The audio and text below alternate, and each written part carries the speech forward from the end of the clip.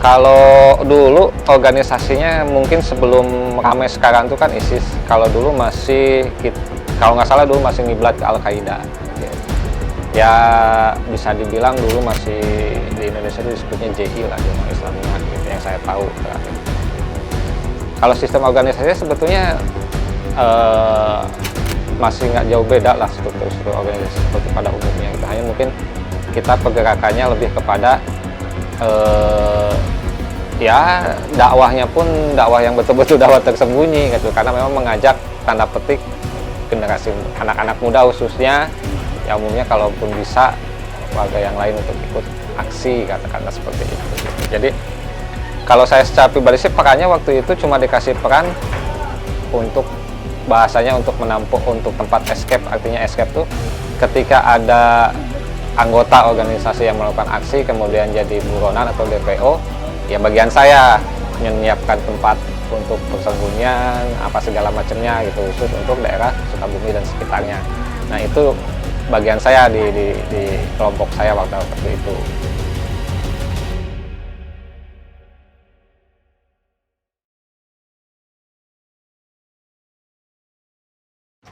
Jakarta kembali diguncang bom. Minggu malam terjadi ledakan di dalam bangunan Vihara Ekayana di kawasan Duri Kepa, Jakarta Barat. Akibat peristiwa itu 3 orang menderita luka ringan. Menurut kabar Reskrim Polri, Komisaris Jenderal Polisi Sutarman, benda yang meledak itu mengeluarkan pecahan gotri atau benda berupa paku kecil yang terpencar saat ledakan terjadi. Dalam penyisiran di tempat kejadian, polisi menemukan sejumlah benda mencurigakan dan membawa komputer server dari kamera perekam CCTV. Pelaku yang datang sendirian mengenakan baju berwarna putih dan membawa tas selempang. Gerak-gerik pelaku tampak santai dan tidak mencurigakan. Pelaku meletakkan bungkusan di 3 titik berbeda di dalam areal wihara. Saat datang, pelaku beraksi layaknya umat Buddha yang hendak bersembahyang. Bikin aksi sendiri di Vihara Ekayana dan Kedubes Myanmar, yaitu karena memang itu tadi saya bilang gitu, ketika satu sisi keadilan sosial dalam artian bahwa ini loh saudara saya sama umat muslim dizolimi gitu kan, saya harus balas gitu. Artinya ketika saat itu juga pemerintah entah mungkin tidak peduli atau gimana, karena saya juga baca-baca berita kok nggak ada tindakan dan lain sebagainya, maka saya coba berikan pesan gitu kepada pemerintah gitu, karena memang pemerintah ini karena sudah image-nya sudah negara kafir gitu kan, ya artinya pesan yang harus disampaikan ya sudah dengan keras seperti itu gitu. Aksi dilakukan di depan gedung Kedutaan Besar Myanmar di Jakarta. Demonstran mengecam kejahatan kemanusiaan terhadap etnis Rohingya di Rakhine, Myanmar. Kalau pekan di jamaah sebetulnya saya hanya sebatas tempat buat escape aja. Artinya escape tuh kalau ada yang DPO hubungi saya nyari tempatnya sebagainya. Sementara ketika dari kasus saya itu sendiri, saya tidak melibatkan orang. Artinya untuk di Vihara Ekayana ya one man show, gitu kan, lone wolf, saya sendiri yang bikin. Kalau untuk yang di Kedubes Myanmar itu karena ada yang orang menghubungi saya gitu, ketika saya kerja di Jakarta minta bantuan gitu, mau bikin aksi di Kedubes Myanmar dengan tujuan itu tadi sama untuk kasus Rohingya gitu. Cuma saya tolak karena waktu itu bertepatan aksinya pas teman-teman dari Forum Umat Islam Indonesia mau demo gitu. Artinya saya khawatir salah sasaran gitu. Nah, ternyata nasihat saya kepada orang itu nggak digubris, tetap dia jalan gitu. Artinya ya mau nggak mau mungkin karena saya tahu dia mau aksi tapi saya nggak lapor ya kena gitu. Termasuk Kedubes Myanmar akhirnya terungkap gitu. Saya sih otodidak gitu, artinya otodidak ya dulu itu kan masih belum terlalu tertutup ya, artinya tertutup tuh kayak setahu saya nih ya, waktu saya masih dulu itu aplikasi Telegram inilah yang terlalu open, artinya terlalu open, dia bisa nge-share segala macam gitu, termasuk waktu itu connect sama beberapa orang yang ada di Suriah, waktu itu belum ada ISIS gitu. Connect dengan beberapa orang yang saya nggak lupa nama nickname-nya apa, nama aslinya siapa saya nggak tahu gitu. Nge-share beberapa cara dari yang mulai sederhana, katakan bahasa kasarnya dari yang sederhana sampai yang luar biasa lah gitu kan, dikasih tahu gitu. Ya artinya otodidak sih kebanyakan. Kalau waktu yang di Vihara itu Kalau saya sih swadaya, gitu. Artinya dengan biaya saya sendiri. Gitu. Karena bahasanya ya sudahlah korban harta untuk agama. Ya itu tadi untuk agama melawan negara kafir nggak masalah lah bahasanya kan gitu. Ya udah bikin sendiri aja. Gitu. Ya kalau bahasa kasarnya nggak terlalu mahal-mahal amat sih sebetulnya gitu. Buat yang bikin yang menengah lah, menengah ke atas tuh nggak terlalu mahal sih sebetulnya gitu. Bahan-bahannya gitu, bahkan ya bahan dapur pun ada lah yang bisa dipakai gitu kasarnya gitu.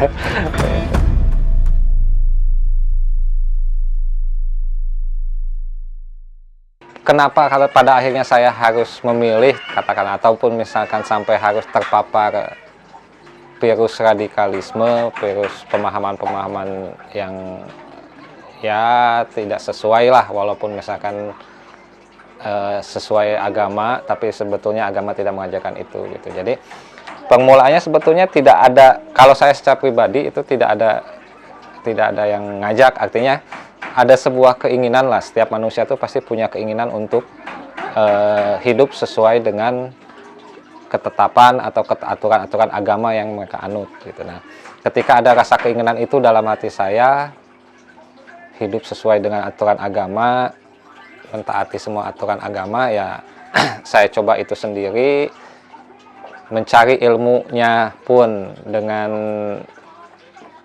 dari pengajian ke pengajian memang yang umum, tapi secara khususnya mungkin lebih banyak baca-baca artikel di internet gitu kan, tanpa ada pembanding dari artikel yang pernah saya baca itu gitu. Nah, ketika ada semangat untuk itu, bertemu dengan orang-orang yang memang lebih awal pemahamannya seperti itu, ya klik dan klop. Akhirnya dengan memodalkan semangat, kemudian memelintir beberapa ayat-ayat Quran dan hadis, ya terpengaruh juga akhirnya gitu. Sampai pada akhirnya punya pemahaman bahwa negara yang tidak beraturan terhadap syariat, negara kafir, harus dilawan dan lain sebagainya lah gitu.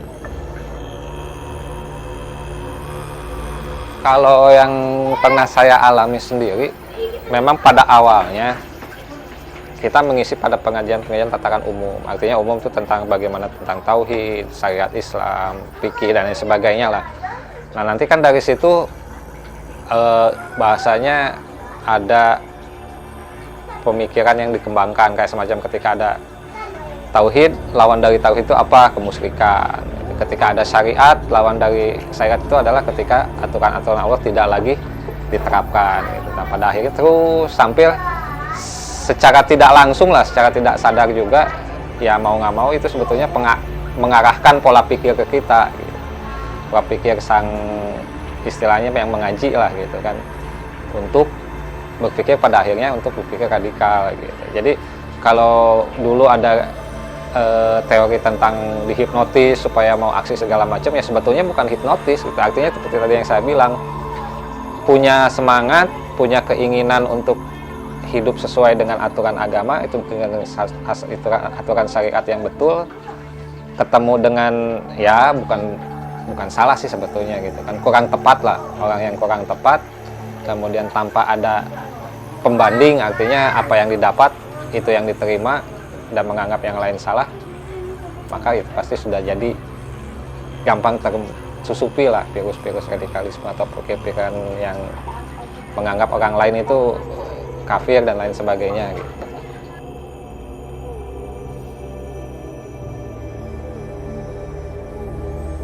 Sejarah singkatnya, jadi waktu itu masih ala kame kejadian kasus Rohingya yang pembantaian di Myanmar. Pada intinya saya secara pribadi gitu kan pengen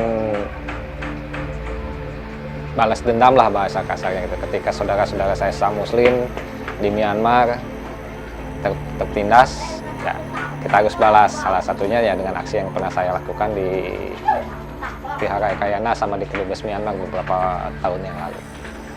Kalau yang saya rasakan pada waktu itu memang seperti halnya ketika Rasulullah bilang bahwa sesama Islam itu seperti satu tubuh. Ketika satu sakit, maka yang lain pun akan merasakan sakitnya gitu. Artinya Ya ketika mereka tersakiti dengan terusir dari negaranya sendiri, ya mau nggak mau itu pun menjadi tanggung jawab, artinya ikut merasakan lah gitu. Akhirnya ya ketambah lagi memang posisi image pada waktu itu saya memang masih tersusupi oleh paham-paham radikalisme, jadi ya sudah gitu, ketika saudara saya terjolimi di negara sana, di Myanmar, kebetulan ini juga negara katanya kan tidak sesuai dengan syariat, sudah sekalian gitu, bahasanya sekali jalan dua target kena, maksudnya dua target kena itu ikut membalaskan sakit hati, keduanya menyerang, katakanlah seperti itu, negara kafir ya, bahasanya seperti itu.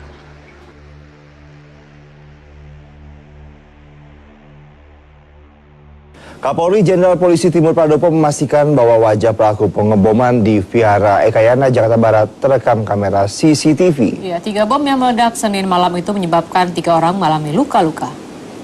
Ketika mereka aksi, proyek selesai, saya pulang ke Sukabumi, gitu, karena saya pikir udah safety lah, udah aman gitu kan, udah aman. Sempet nganggur dulu lah beberapa lama di Sukabumi di rumah. Ada teman yang minta tolong buat bikinin warnet, ayo bikin warnet gitu kan. Karena memang waktu itu masih DPO juga, jadi bikin warnet, setting segala macam gitu kan. Terus kata teman, daripada nyari orang lagi saya buat jaga, ya sekalian saya jaga servernya gitu. Karena saya waktu itu masih DPO kan, saya pasang server itu kan IP addressnya supaya ketutup gitu kan. Beberapa waktu ya aman lah, 2-3 bulan tuh. Satu waktu lupa itu nggak saya tutup gitu, buka Facebook, ada yang ngechat temen, ya itu tadi kasus yang udah ketangkep duluan Myanmar, ternyata dia ngechatnya dari dalam gitu, maksudnya dari penjara gitu, ngasih tahu nama kamu disebut aja, dicari mau ngumpet apa mau menyerahkan diri. Karena saya pikir belum kecium kalau saya ada di Sukabumi kan, saya bilang udahlah saya ngumpet aja. Selesai, karena server itu waktu itu benar-benar lupa nggak ditutup ininya, IP addressnya gitu. Besoknya ya ketahuan gitu, akhirnya ketangkap juga di daerah, ketangkapnya waktu itu daerah Ciaul. Jadi ketika pas waktu ditangkap itu saya juga bingung nih, kenapa kok saya itu begitu ditangkap sudah di BAP lah, BAP dari pihak Densus justru menitipkan saya di Polda Metro Jaya, disatu selkan sama Ustadz Ali Imron, Ustadz Ali Imron bom Bali 1.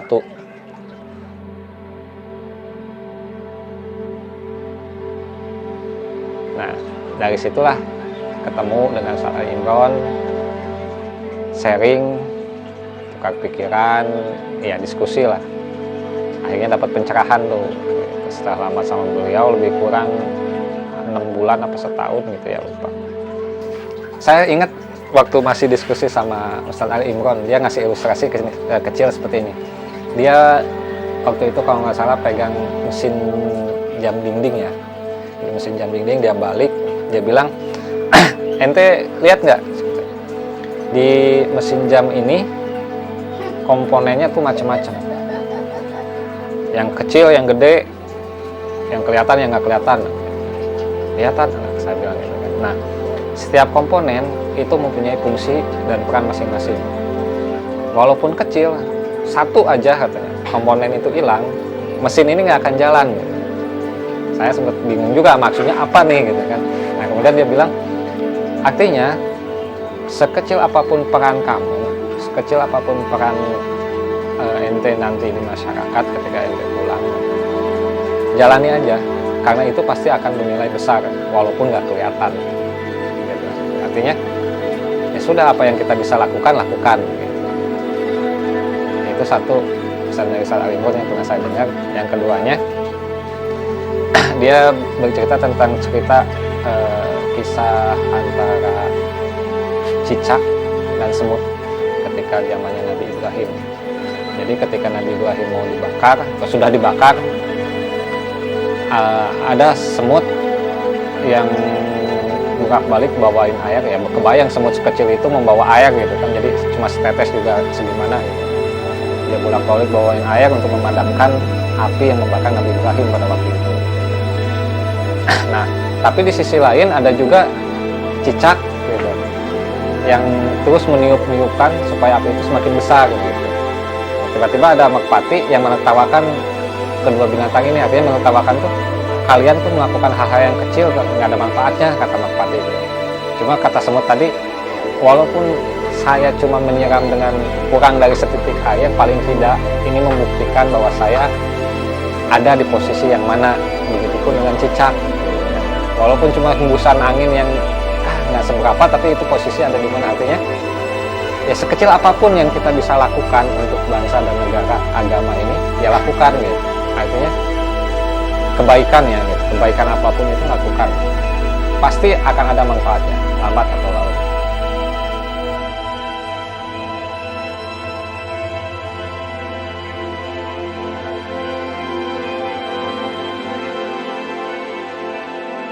Satu, saya mencari misi ingin kembali meningkatkan rasa gotong royong di antara warga dengan satu konsep bahwa sesuai dengan logo koperasi kita, koperasi dari warga, oleh warga dan untuk warga. Itu semua nanti kita program.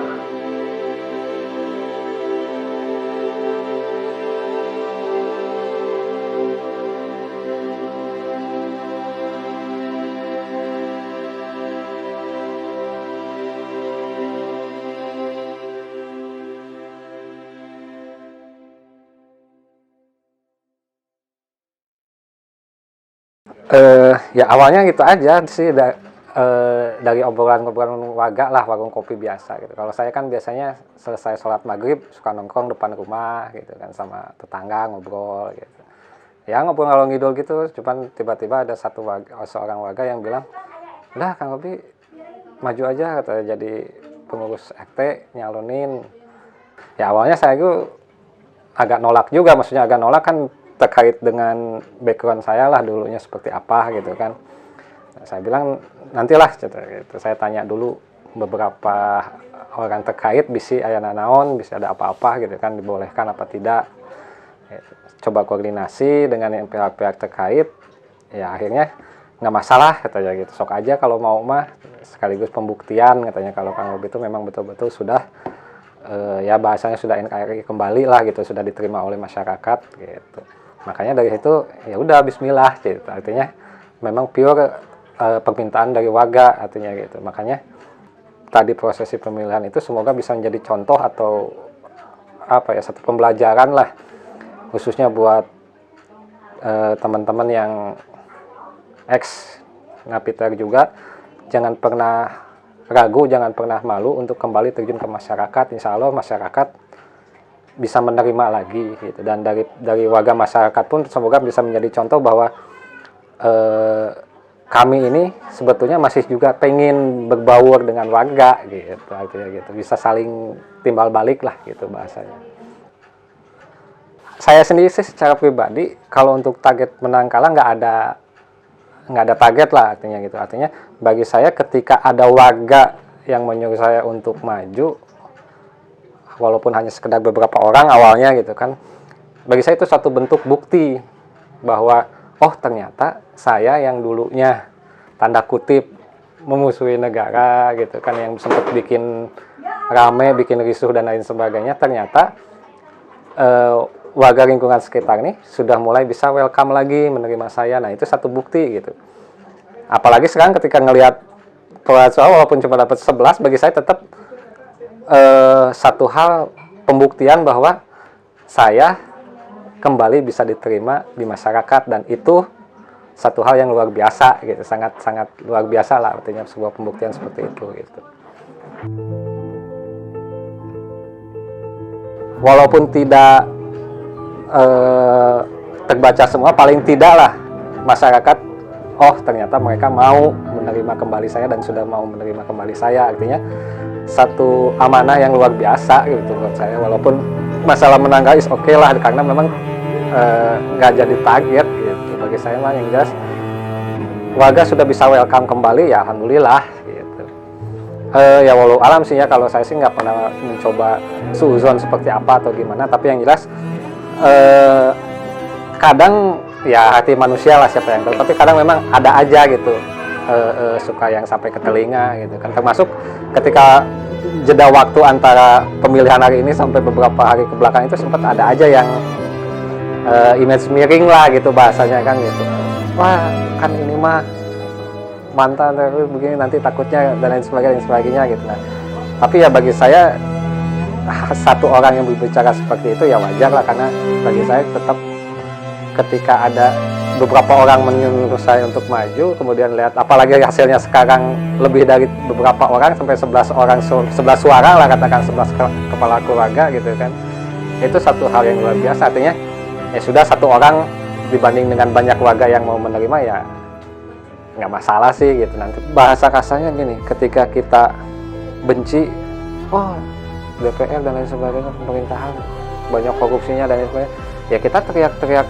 aja mah nggak akan ada menyelesaikan masalah gitu kan.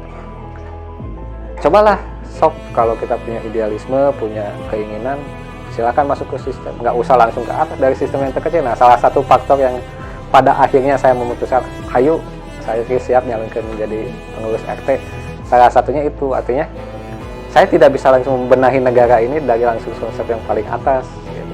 Ya udah, dari yang paling bawah, yang paling dasar dulu lah kita coba benahi.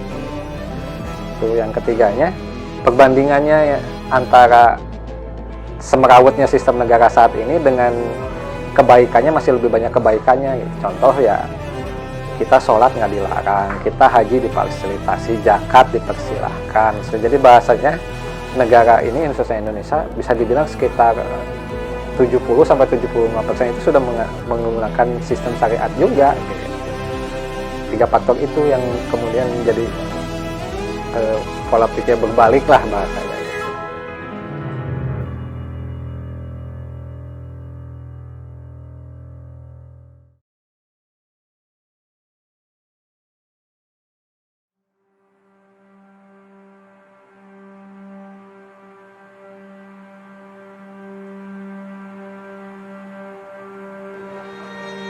Faktor lain kemudian ketika saya berbalik pikir, artinya gitu kan, berbalik pikir dan kembali ke NKRI,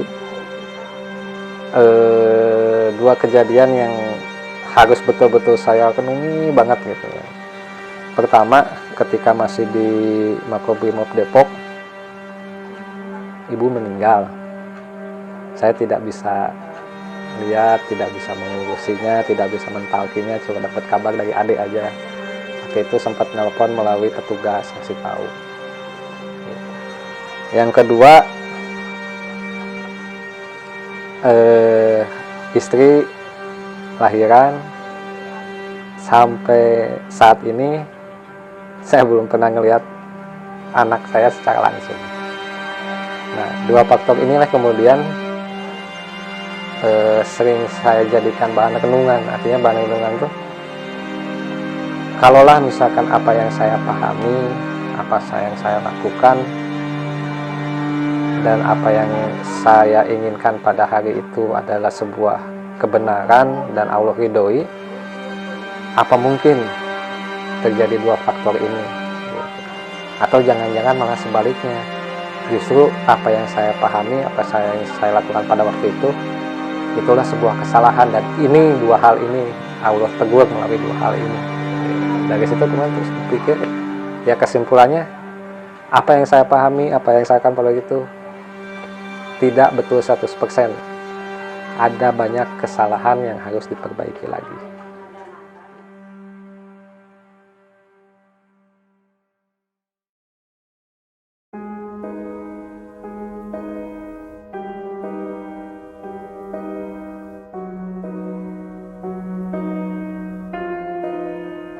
Sebagai seorang bapak lah katakan gitu ya tetap naluri manusiawi, pengen ketemu, pengen lebih kurang mungkin dari dia lahir sampai hari ini udah berapa tahun ya, sekarang udah sekitar kelas 1 atau kelas 2 SD lah gitu. Udah lama nggak ketemu, paling nggak ketemu, kalaupun kemudian pada akhirnya nanti dia tahu background bapaknya dulu seperti apa, bagi saya is okay, artinya is okay, nggak masalah. Kenapa? Berharap itu menjadi satu pelajaran nanti gitu. pelajaran nanti buat anak saya kelak. Apa yang saya lakukan itu salah, gitu.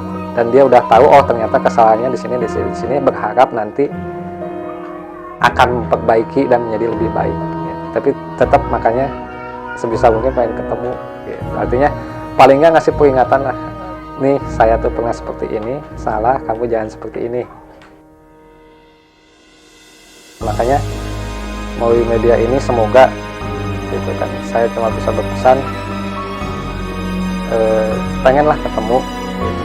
Kalaupun misalkan mantan istrinya nggak mau ketemu saya, is okay, tapi tolong saya pengen ketemu sama anak saya gitu. Saya nggak banyak minta, saya cuma pengen bisa ikut mendidik lah, apalagi melihat kondisi yang sekarang. Paling nggak ketika dia nanti terjebak pada pemahaman-pemahaman yang tidak baik, kan dia bisa sharing kepada orang yang memang sudah mengalaminya gitu, artinya gitu. Ketika Allah menakdirkan lain, maka satu hal yang saya pesankan buat penerus saya nanti, satu-satunya,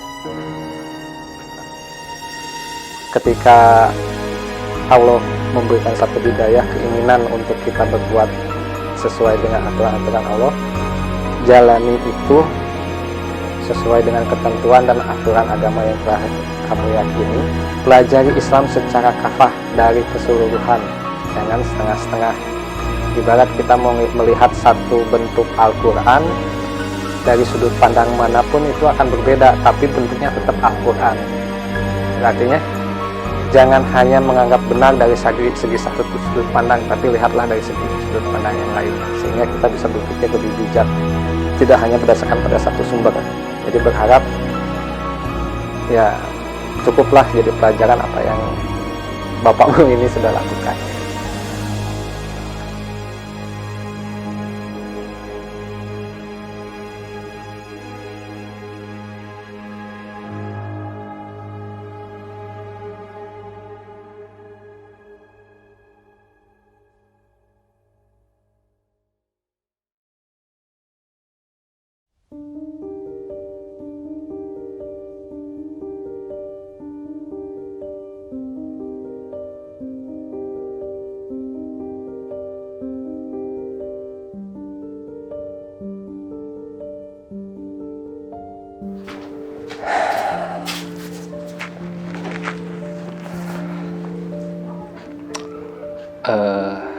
Saya secara pribadi, jika berkenan mewakili pribadi dan sesama mantan napi teroris yang hari ini sudah kembali kepada NKRI dan setia kepada Undang-Undang Dasar 45, ingin memohon maaf dan memohon ampun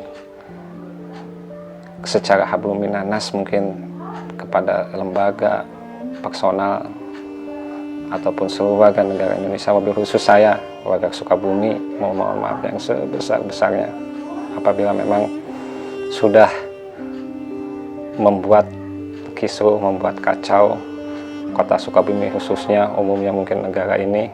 Sekali lagi saya mohon maaf, dan wabil khusus kepada para korban, saya mohon maaf, dibukakan pintu maaf yang sebesar-besarnya. Itu adalah sebuah bentuk kesalahan saya di masa lalu, dan untuk kedepannya insya Allah saya akan coba perbaiki, kami akan coba perbaiki. Sekali lagi saya mohon maaf yang sebesar-besarnya.